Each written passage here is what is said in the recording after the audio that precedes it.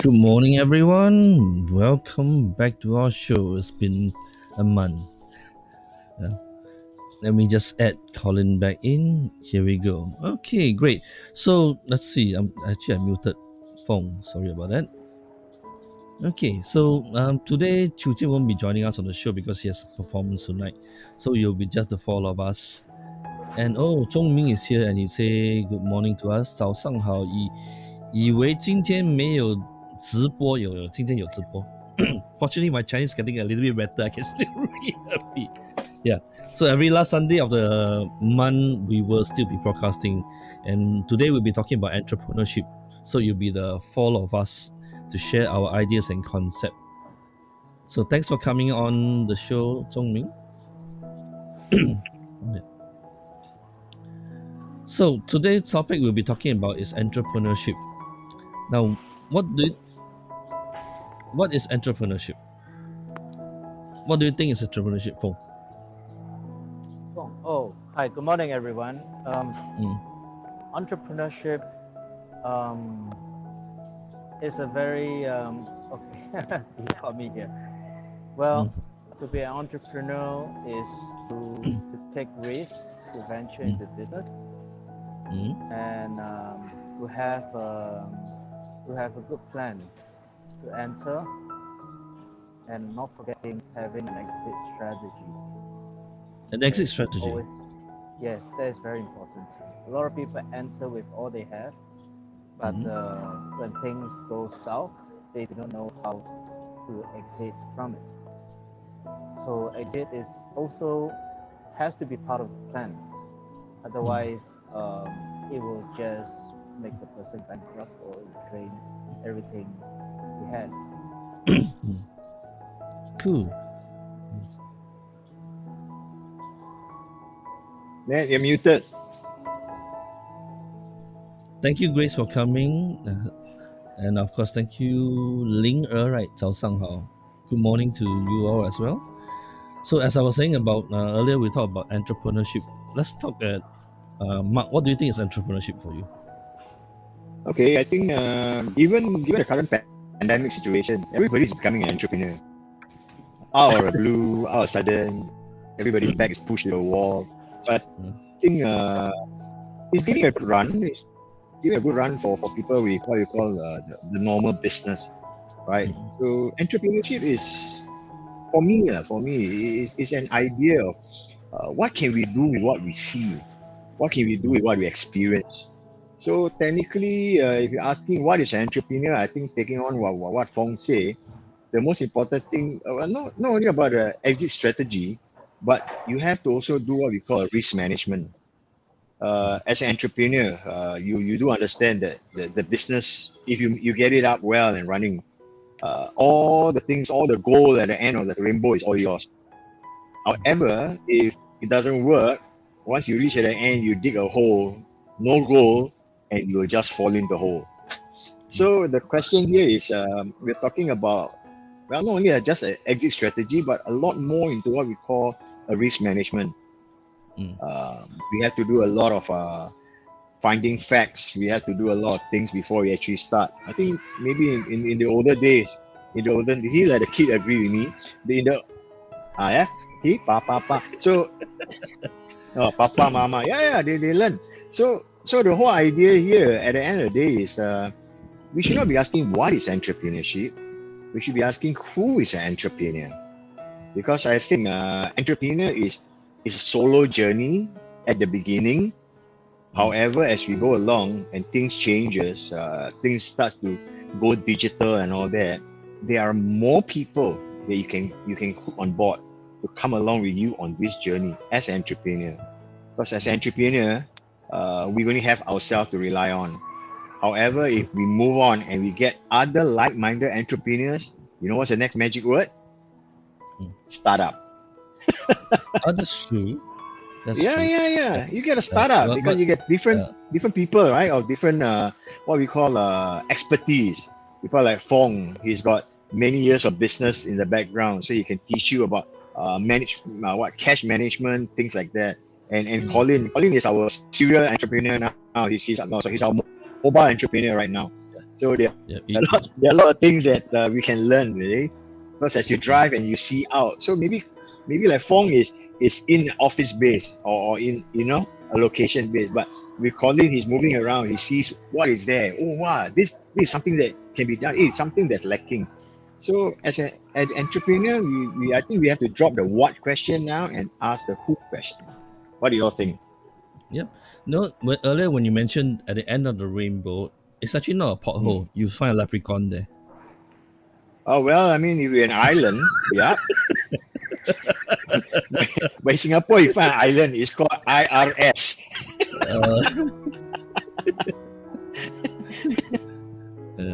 Anyway, yes, the question is no longer about what.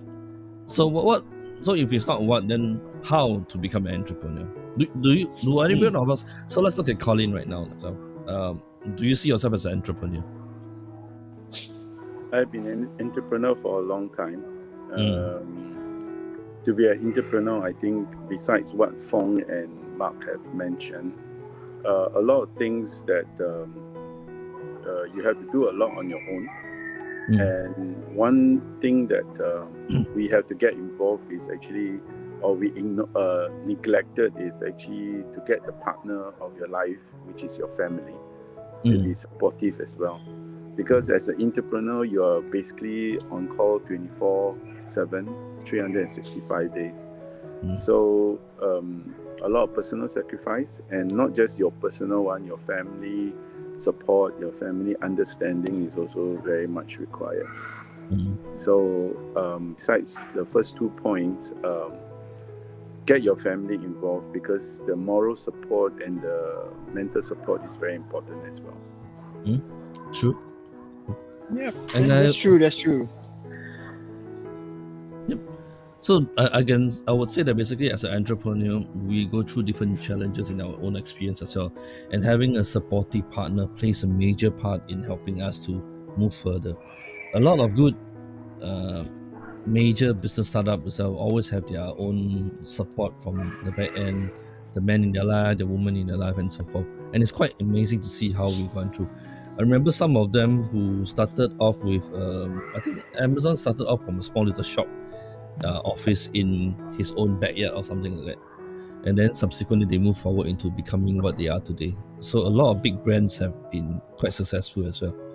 So when you look at that, what would be the, how would you define as an entrepreneur spirit then? How we define entrepreneurs? Skill set? Spirit. Oh, Apply okay. for it. I think an entrepreneur is I know it may not be a very good comparison, but we should compare it to a cockroach. Like what you say, a cockroach. Cockroach. Yeah, cockroach. As in gachua. As in literally gachua, cockroach. Yeah, cockroach. Okay. As an entrepreneur, we get a lot of hit right along the way. Oh yes, okay, family comes in when things are rosy. What about when financially it starts to get strained for the family? We've gone through that for many years, right? I'm pretty sure that those of us who started all this, we go through that for many years. And when the financial strain is tearing at its ends, family or no family, the pain is real. So it's like a cockroach, So sometimes when we see a cockroach, we see and we whack it. Cockroach is still crawling. We cut it, it's still crawling. Somehow or another, it still survives. So if you're talking about spirit, I think it's the spirit of never giving up, resilience, right? Okay. So I think what I would honestly say is things have changed now. Entrepreneurs from eons before have changed. Last time people say, "Oh, I started a business. I'm an entrepreneur." but like they say, they're going blind. Agree or not, guys? They're going blind, right? I see somebody does business, I do. But I never go to the back line and to see, okay, this is what is needed to be done. I need to have, okay, not just the money, but I need to have this, I need to have that. And I think in the spirit of entrepreneurship, a lot of people forget this. They forget about networking. They always feel that as an entrepreneur, I'm alone. But the networking is very important. Not only whether in the likewise kind of business, but also people that can help you, people that can give you advice, people who helps you to see your blind spots.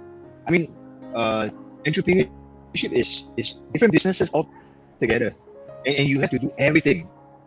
So it's like putting Nat, Fong, Colin, and myself together as one. May still not be enough because we only cover only 40%. So where's our 60% going to come from? You know, so it could be all the other network. Is also creating like the spirit, and when you talk about spirit of entrepreneurship, it's actually a spirit of camaraderie. I depend on you, you depend on me. We leverage and we help each other. Yeah. So the spirit of entrepreneurship has shifted a lot, 180 degrees shift, because it's no more me, myself, and I. It's me, you, and us.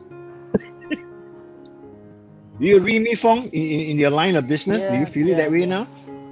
I think you're right about networking, and also, I mean, to me, to become an entrepreneur, I think first of all, people must have this, not the coffee and tea, but passion, right? The passion. People cannot live on passion alone. So, in the modern day and time, in the modern era, it's a lot about networking, but through engagement. Many of the many of the audiences have actually gone virtual. And it's not so much about, virtual. It's not so much about knowing each and every individual customers, but it's actually communicating with several platforms of strangers, several like in Facebook, in IG, in even on Clubhouse and other areas. You know, people are actually promoting their businesses in very different ways, and of course, whenever we do some form of promotion, there has to be a sales funnel. Like, for example, if I created a link, and then that link should lead to sales, it should generate sales. Otherwise, it's like doing a charity. You know, we have to be more wise in our approach, how to engage with the people of today, and it's very dynamic and it keeps changing. So I have been on a Clubhouse listening to all the various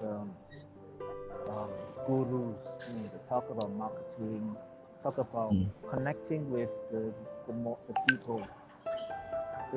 I've been learning a lot too, and of course I can't apply everything I learn because the context is in Singapore. So I'm learning and absorbing every night, and I wish to apply some of the ideas that I've learned. So you go to party in a clubhouse every night? It's not a party. Wow. Clubhouse is like I like working. Yeah. We should do more, Fong. We should do more. Invite me. But Clubhouse is usually I don't want to be the speaker. Okay. Those speakers, they are really they're very magnetic. They have so many followers, like 50,000, 200,000, and they are good in what they do. So I learn from them, and it's very humbling because whatever we are practicing may be already passé. So we have to keep learning. Yes. Yeah. One thing I realized about in terms of learning as an entrepreneur, you can even learn from children. Because sometimes children, they have their own creative ideas, and these ideas can be readapted into the business model that you're looking at. And through the years, as a business owner and entrepreneur, all of us here would have actually experienced different ideas that need to be adapted and re-evaluated in order to bring ourselves into a next level. Like if you look at in the past when we were doing offline stuff, now because of the pandemic, everyone is moving online. I'm in the field of therapy, counseling, and so forth. So I do have clients now moving on to on-site visual this way as well, and even a lot of the training also has been done through the basis of becoming better at what you do. Okay, we have a question here. Is during this, let me just see what I say. Yeah. Okay, during this current pandemic, we must look at doing business in a different way, and that's exactly what Mr. Lau say. So, what do you think, Colin? What do you think we can do differently? In this actually this is in a way COVID has taught us many new things, and in fact it accelerated a lot of things that was in the pipeline. For example, online delivery of food, forced people to rethink how they do the business. And for many years, people have already been talking about working from home, learning from the West, no permanent office, mobile office, and so on and so forth. But with this COVID, though, it's very damaging, into the economy. But it also indirectly forces everybody to rethink the whole business process. And because of that, a lot of people now are forced or more willing to accept online business. So, for example, like my trade, if you were to buy $1 million big property, in the past you cannot imagine people want to view a house through video conferencing. But now, because of the pandemic, right, slowly this become an acceptable norm because there's no other choice. So this is one way of changing how business is being done, and some business is affected, of course, but at the same time, because of that, other business are booming. For example, like the delivery business is booming. So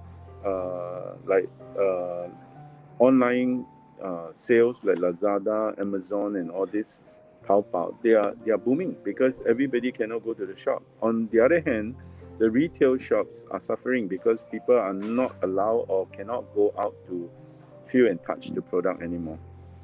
So how is it different? People have to rethink their business. Like the hawkers now are starting to accept online orders. If they don't, they will just die out a natural death. And slowly now the trend is also because of this online thing, cloud kitchen become a very important thing. So it opens up a new business model.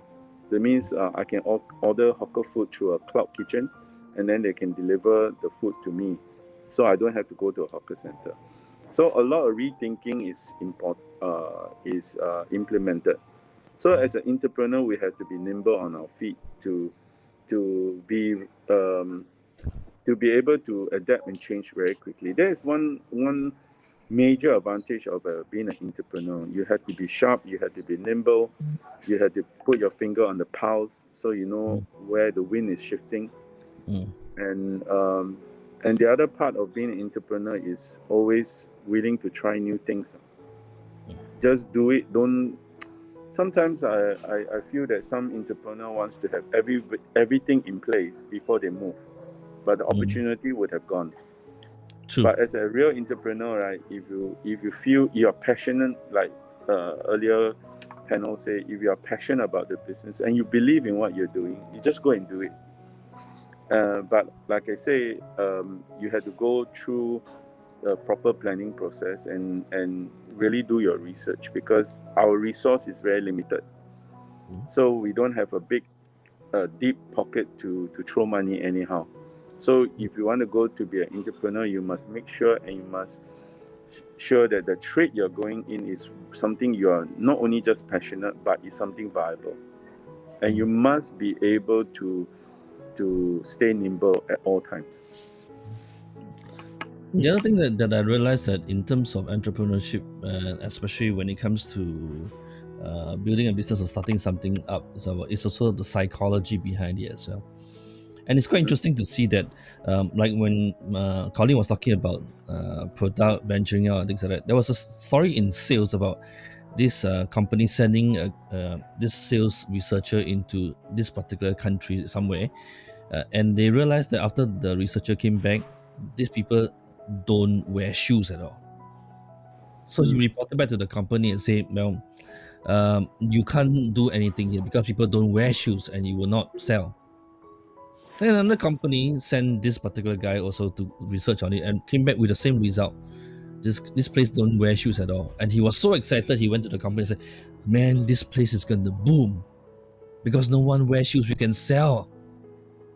So it's also a psychology behind what you perceive in order for you to move forward into the future. And in the same way, by being creative, being knowledgeable about what's available, and thinking of what other options about what can we do in order to reach out. See, I believe this Mark also have his own. You mentioned before that you are running a program on entrepreneurship. Can you share us a little bit about it? Oh, okay. I think mentioned it during the previous session that I had with you guys. It's about entrepreneur thinking leaders. So it's basically the youth. I think the thing here is that we are creating programs, we are creating platforms where youth can learn. Okay, because like I said, gone are the days where we start a mom and pop shop, or what we call, those roadside stalls. And are we entrepreneurs? No, we are hawkers, right? So now entrepreneurs is a different kettle of fish altogether. The question here at the end of the day is entrepreneurship. It's got to be fun. You must have the injection of fun, right? So then when like all the rest has mentioned, like Fong, the passion. So when you want to start something, so what we try to do is to create that entrepreneurship is not a matter of life and death. You got to have fun, right? So okay, we need this amount of money to start it. Okay, but where can we find people? Where can we leverage? And when you pitch to people, don't say, hey, this thing, if it doesn't work, I die. So the other person will kind of say, die lah, your problem, not mine, right? But if you approach it in a different way, hey, guys, I've got an interesting idea. Okay, so would you like to be part of my idea or not? Wow, yeah, okay, what is it? So there's a lot of rara to build. Even like Fong, when you do your pastries, your confectionery, right? Okay, so somebody comes to you and say, hey, Fong, I got this idea.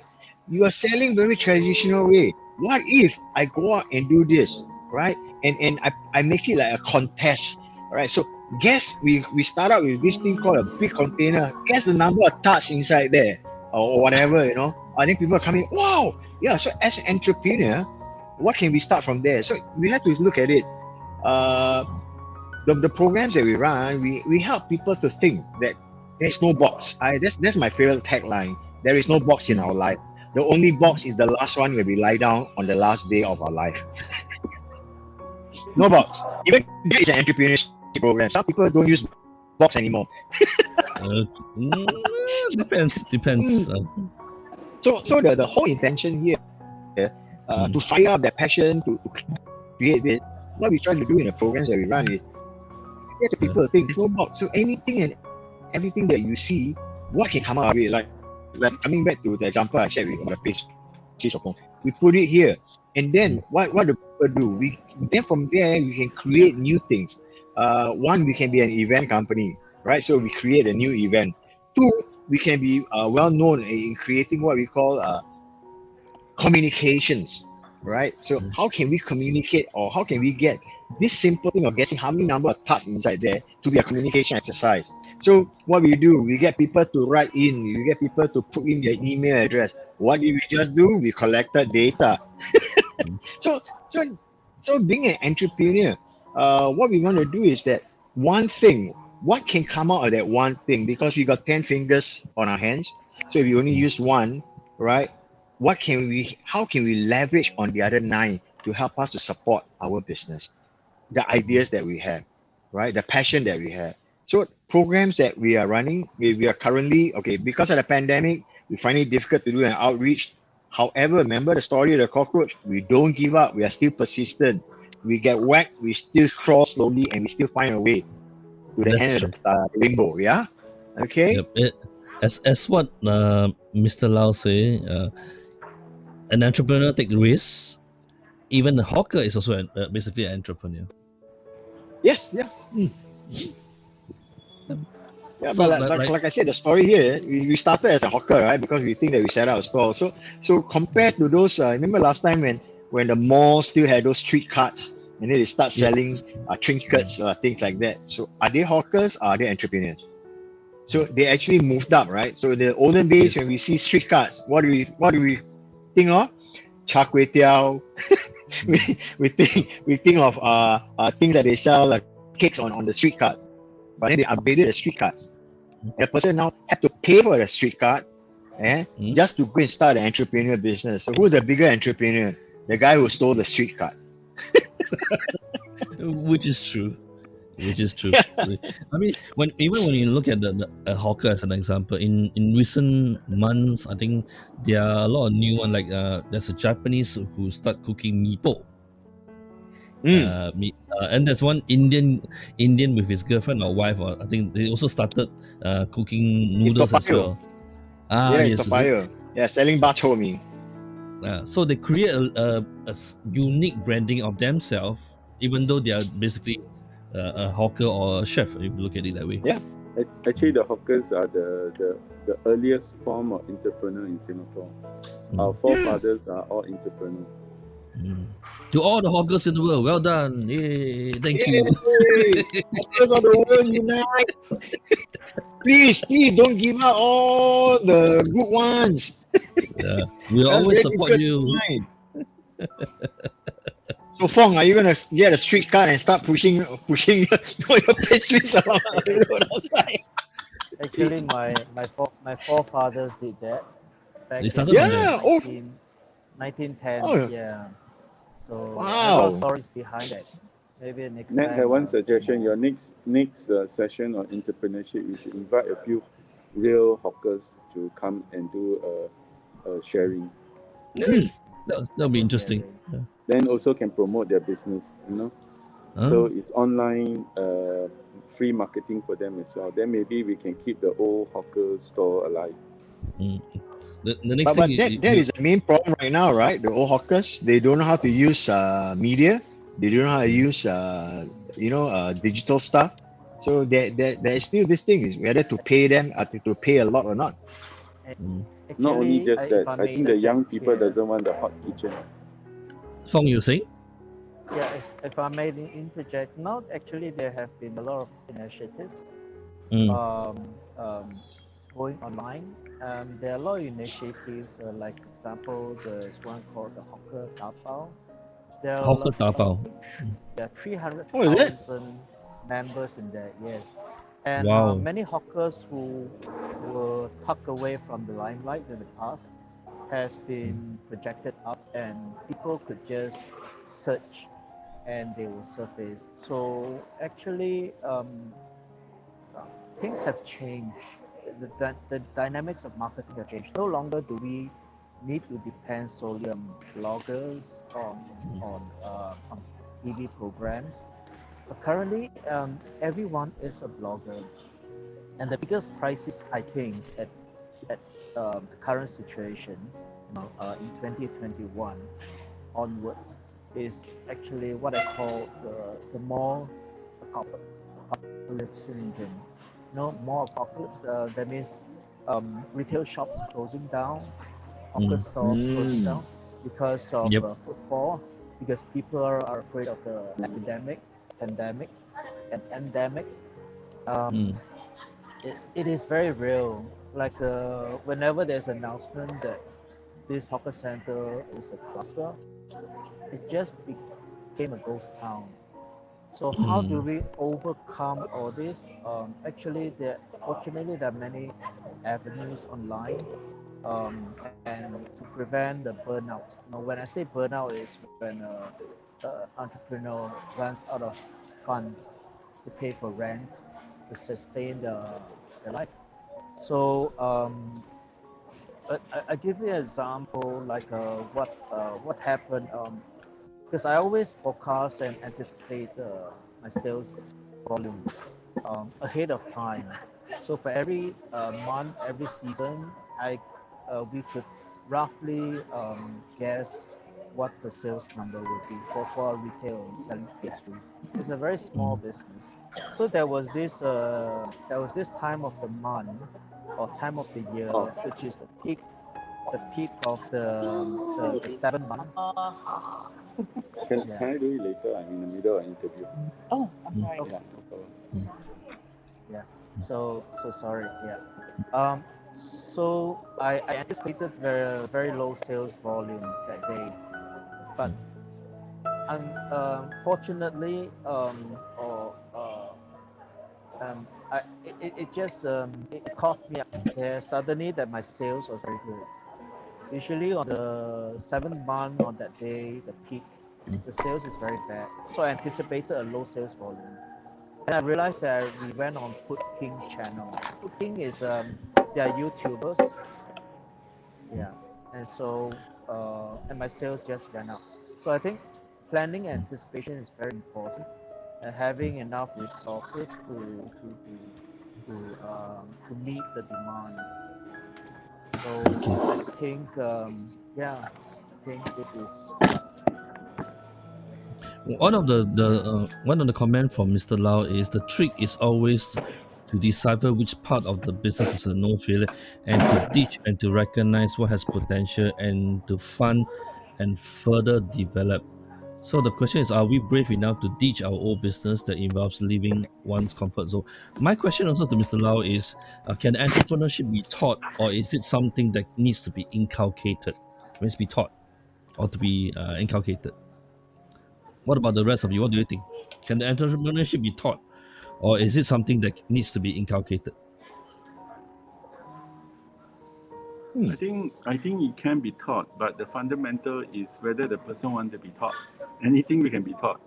It's Okay. a mindset, and whether he's willing. Some people are just not entrepreneur because they don't like the risk. They like a fixed pay, a comfort, understanding that the pay will come end of the month and all that. So it's for entrepreneur. It's a special breed of people that actually willing to dare to take risks. You know, to jump over the cliff and then take the plunge. So not everybody is cut out to do this, but if they want to learn, of course, they can always learn. In let's say a corporate setup, yeah, in a corporate setup, because I think the keyword I pick up here is other than just an entrepreneur, there's also an intrapreneur, right? So what you can do is, yeah. So to those people out there who are working right now and they are thinking of, oh, can I set up a company? Can I do business? Take the corporate company or your organization that you're working with right now. Take it as part of your own business. That you are one of those people who's going to network to bring this company to a different level. And I think the thing that like Colin said is about the mindset, the ability for us to take that responsibility and accountability that, okay, whatever I'm doing here, all right, is going to help the company. So as coming to the question by Mr. Lau, whether it can be taught, be inculcated, I would think yes, definitely. Because when you take things differently, it's like how I put it. When you use again, I have this funny examples. When you use the public toilet, right, and you treat it the same as a home toilet, will not your public toilet be good and great? Right, you don't even need a World Toilet Federation to come and check for you, you know, that kind of thing. But would you mess up your home toilet the way that you would do outside, right? So it's the same thing. So in the spirit of entrepreneurship, if you work in a company and you feel that, hey, okay, I'm on a monthly payroll right now, but what can I learn? And from where I am and what I can learn, who can I become? So let's say if I work in Fong's trade or I work in Colin's trade, right? Or even in your trade, Nat, right? Where you do counseling and all that, or you do therapy work. how can I make it different? How can I make it me? How can I make it mine? So if I were to sit down and work with Fong, hey Fong, uh, how can I help? Or how can we sit down and talk about, okay, where's your slum months, right? Like what you're saying, right? There's some period where you're down and then suddenly the sales goes up. But those are blind spots that we don't see, right? Same like Colin. Because people are thinking, hey, during this pandemic, the property market is down, but hey, surprise, lo and behold, a lot of people are buying. You know, well, the question here at the end of the day is you have to inculcate the spirit of entrepreneurship, which means that you take the same kind of responsibility that the company that you're working with is your own. And then from there, you take technically a risk-free learning lesson that I do this, can I improve productivity? Can I improve my efficiency of what I do? Have I improved my own efficacy? Right? And then from there, we understand. And are you ready to move out? Yeah. So some people they branch out, but branching out doesn't mean you leave the company. But branching out could be say, hey, boss, Mr. Fong, I have this idea. I would like to take it out and I want to be a subsidiary. I want to be, to represent your company. So can you support me while I do the rest of the work? And lo and behold, I take away maybe 30% of your headache, and that becomes 100% for me. So that's where I believe that entrepreneurship leads to entrepreneurship. Yes, it can be inculcated over a period of time. You must not be afraid to teach people. You must not be afraid to let them make the mistakes, right? However, at the end of the day, to be an entrepreneur, that means lo and behold, they're on their own, and we still keep that relationship. We still keep that network. We still keep that passion. So we are there always to leverage on each other.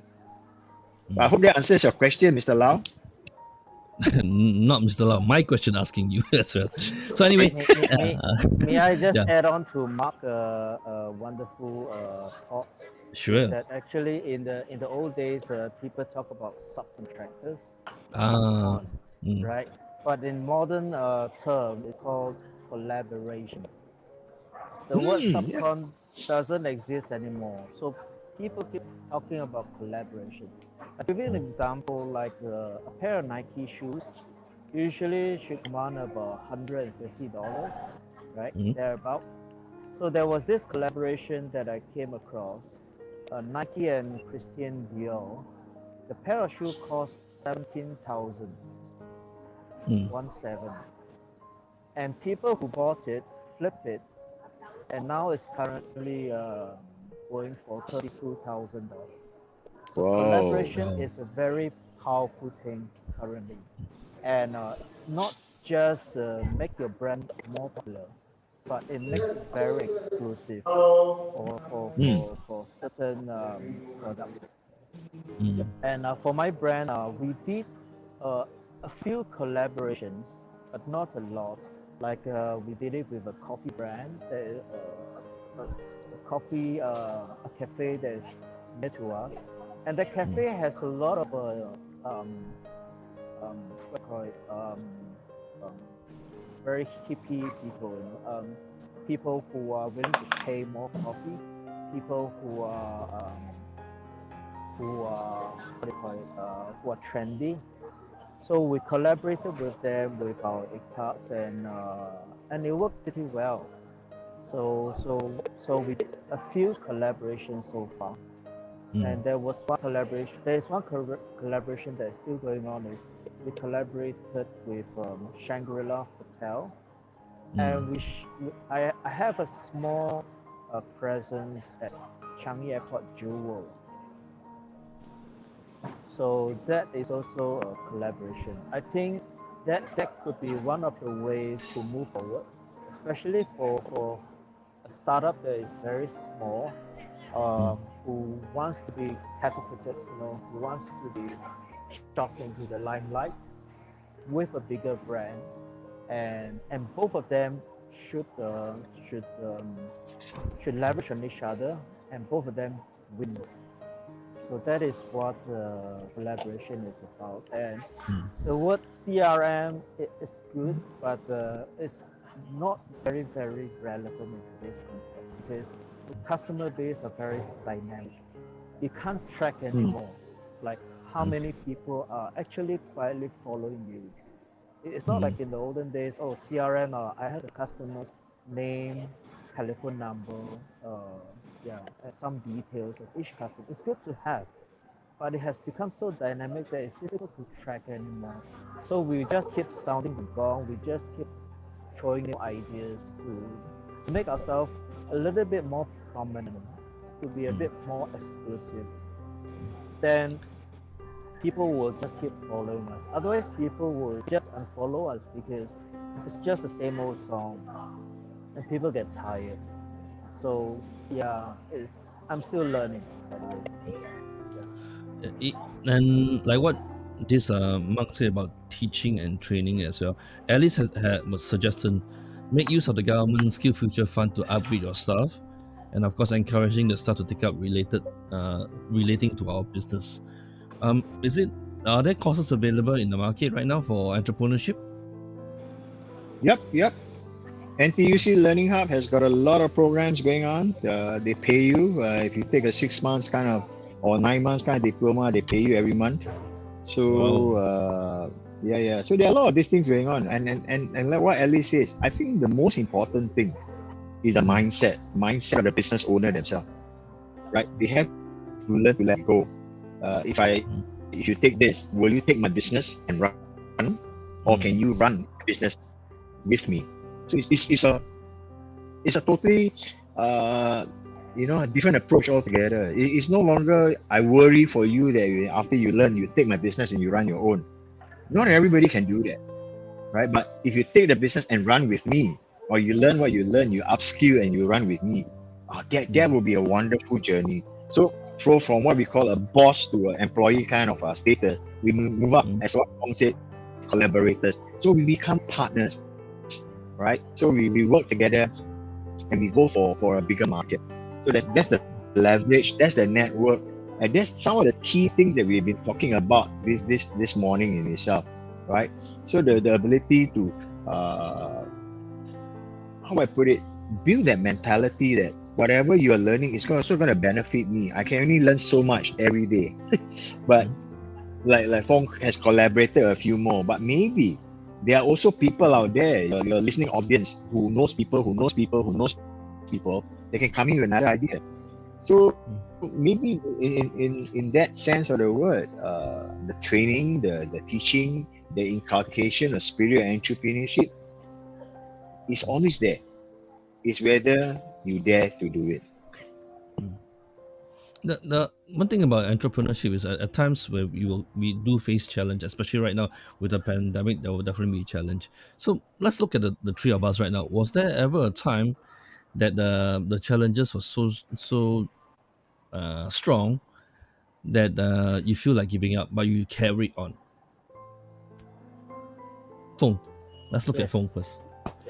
it's an old story. I mean, that's what happened last year during the lockdown in Singapore in March. Mm. Um, um, when the government imposed on, I think it was not March, I think it's after March. Yeah, the lockdown requires everyone to stay at home Mm. and offices to be closed and even retail shops to close. So that was very scary. And I was talking to my sister. What shall we do? Because the footfall had dropped so much, Mm. and we I was probably even planning to even considering to talk to my seniors to let's take a 3 months break because we are Mm. literally paying staff salary and paying other things and the food wastage and the footfall was just simply too low to justify us operating again. So we were very tempted to jump into the bandwagon called food delivery. That means to join those app-based companies, but they were asking for up to 35% kickback, which we could not oblige because then that would make our price of goods much higher. Our product is to make it affordable for the masses. and then plus there's a delivery fee and all those. So that would actually raise the price of the selling point to by another 40% or so. And we were not willing to embark on that. So we think out of the box. Rather as a past tense, we thought out of the box, and we collaborated with a delivery company who was also dying. So the owner of the delivery company came to us and said, we are dying because we have no more jobs left. So we collaborated, and all the monies for delivery went to him to save his company, and indirectly it saved us. So sometimes, I mean, the story out of this episode was we were brave not to jump into the bandwagon. Sometimes jumping into the bandwagon, I mean, it benefits the big companies. Do we need to do that? So, and if not, what else can we do in a smaller scale, in a very niche way? So I have to train my customers to accept that delivery is not real time, it's not immediate, and it's not every day. So I managed to train my customers to accept that, to the east side, maybe Monday and Wednesday we'll send there. That was what, it was a painful phase for everyone. But fortunately, our customers stayed with us.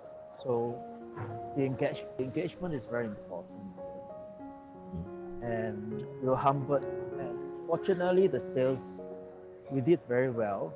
Yes, we did very well. So, and we are very lucky that we survived that phase now, because there are so many, there are a lot of opportunities out there, but there are also a lot of chances that the situation can calm us down. You know, we can be killed anytime. And how do we survive? Like what Mark say, how can we be the cockroach? You know, yeah. So that is easier said than done. But are you able to think not just out of the box, to put yourself out of the box? You know, and do not always jump into the bandwagon. Everyone is following, because then there will be no more uniqueness of your brand. This what I can share from my own. But that comes to the point where I say entrepreneur has to be nimble.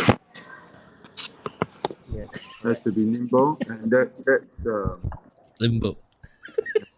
nimble. So not limbo rock. Liberty, not limbo rock. I just did a limbo rock just now. That should be nimble. Every time you move, bro. Every time you move. Yeah. You can feel the earth move when I move. Yeah, we have a comment from Mr. Lau again, and he said that basically in business, honesty is fundamental. Whether is it in collaboration or doing subcontract of one's business, honesty will build your reputation, and that cannot be bought in doing any business. What do you think? Of course, honesty is always key to any type of business. In my sales training, I also say, as any businessman, we are actually salesperson, and any salesperson or service line that you do, honesty, integrity, and consistency is very important. So these three elements is key to a successful sales. So honesty definitely will be one of the key things in any business, because if you don't deliver the quality you promise, you will never get value add for your services. And words get around, especially in Singapore, we're such a small country. People will spread, and especially depending on industry you're in, people will get to hear about your service, whether it's good, bad, whether you cannot. If you cannot deliver, just be honest about it. A lot of people sometimes overcommit and cannot deliver. So the key word in sales is we should over deliver and not overcommit. If you look at that as an entrepreneurship, is there something that we need to sacrifice in order to be successful? Personal time. Personal time, personal family time. Time is something so precious that everybody has the same 24 hours. Yep. So if you want to be an entrepreneur, I think first thing you have to come in mind is that you have to sacrifice your personal time as well as your family time. That's why in the beginning of this program, I say, before you even embark into entrepreneurship, your family, whether you're single or married, must understand and must support you with this idea. But of course, you must have the passion as well. Not everybody will like the idea, especially the old folks will say, "Oh no, you go and work and get a pay." Old school, right? But now Yep. a lot of young people are very adventurous. They like to try new things, and they don't like to be working a regular hours. So, but a lot of them want their own to be their own boss and their own flexi time. Times Yep. has changed. That's why traditional companies also have problem engaging young people for too long, because their retention rate is very low. I remember there's this culture called the nomad culture, where you carry a laptop, you can work anywhere in the world, in Bali, in Indonesia, in any places. So that they can actually start a business just online, just like that. Yeah, but online business is another trap. It's not that simple. Not just like you Of course. have a domain name and business just flow in. There's a lot of traditional skill involved in it. You need to do a lot of follow up. You need a lot of tweaking. You need to do a lot of updating. You got to do a lot of trial and error. And internet nowadays, marketing is not cheap. Pay per click can go beyond the sky limit. So a lot of people think online is easy. It's not easy. Here, Alice mentioned something about travel agency. Travel agency is an example. They changed to logistics to make sure staff still remain having a job in a company during this pandemic, or for temp only. Staff accepted the change too. Well, that's interesting. So they actually moved from that, and I believe some of those local air SIA, they send their stewardess to do medical work, right, on frontline work, if I remember correctly. Yes, and then they also change the experience of flying into having dining in the airplane, or to have a meal without flying. So they are thinking outside the box. And they are also marketing products, premium products on their KrisFlyer shopper online now. Instead, because you used to order them when you're on board, right? So now they do promoting that as well. So businesses has to change. And I think as much as the entrepreneur has a change, the staff that's working with the entrepreneur also have to understand that it's not just a boss problem. I always emphasize that it's everybody's problem. If the boss don't make money, you don't make money, right? So it has to be a win-win situation. If you are like just now, travel agency change your logistic. If the staff go against and say, no, I'm a travel agent, I don't want to do logistic, then out you go, because time change. You have to change with the time. So before the show comes to an end, a quick question. For any young people who's thinking of becoming an entrepreneur, what would be the advice? Let's look at maybe Fong. What would you think it would be a quick advice for young people thinking of starting up and becoming an entrepreneur? My thought about this is, first of all, you have to be very brave to be an entrepreneur. Okay, passion is important to have a passion, but I think a good plan is very important to for entry and for exit, and at the same time study the market situation, study your competitors, understand what people really want. Is connecting to people what they want and engaging them through various channels. It could be social media, it could be direct mail, it doesn't matter. Or even through Zoom or through Clubhouse. Just connect continually with them, but without making them feeling tired. This, the audience can become tired. If they find this channel too boring, they will just unfollow. So my advice to them is to read more, to understand more, to listen more, and to learn more from other people, so that that could hopefully reduce the risk of investing into a business. Yeah, some businesses is just can be built overnight. It can be built on nothing. You see, because it's no longer that we must have a booth, we must have a store to run a business. I give you an example of this young brand. I okay, this young lady from Australia. She's a Singaporean student. She's a Singaporean lady. So she went to Australia to pursue her degree in biochemistry. Very brilliant girl. And she started this brand Night Mask. You know, it's a young it's something that you apply on and you leave it overnight. And she was still a student when she started this brand, studying in Australia, and because she's quite good with what she does in her studies, so she collaborated with this company to produce the night mask according to a recipe or her ingredients, and she let her friends to try it for free, and she wanted her friends, university friends in Singapore, to share on their social media, and it went viral. So when I went to check on the payment mode, she only accepted Apple Pay. You know, it's very brave to only have one payment mode, and it's only Apple Pay. That means people with on Android phone can't pay it, and she don't True. care. And her business was so good that it's always sold out, waiting list, and she was still studying, and she's already making money. So this is how powerful um, young entrepreneurs can become. They just start a product, and they are still a student, and they're already making money. Doesn't matter how many pieces she sells a day, but she's already successful before she graduated. And it's through word of mouth.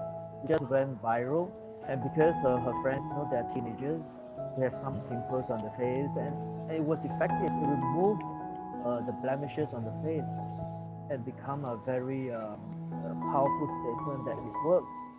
So my advice is, yeah, just keep researching. Think of something unique, something that's sensible, something that you think would work for the brand. And to be honest, also to have a very honest product that's not a gimmick. So this is my humble thought about the young startup.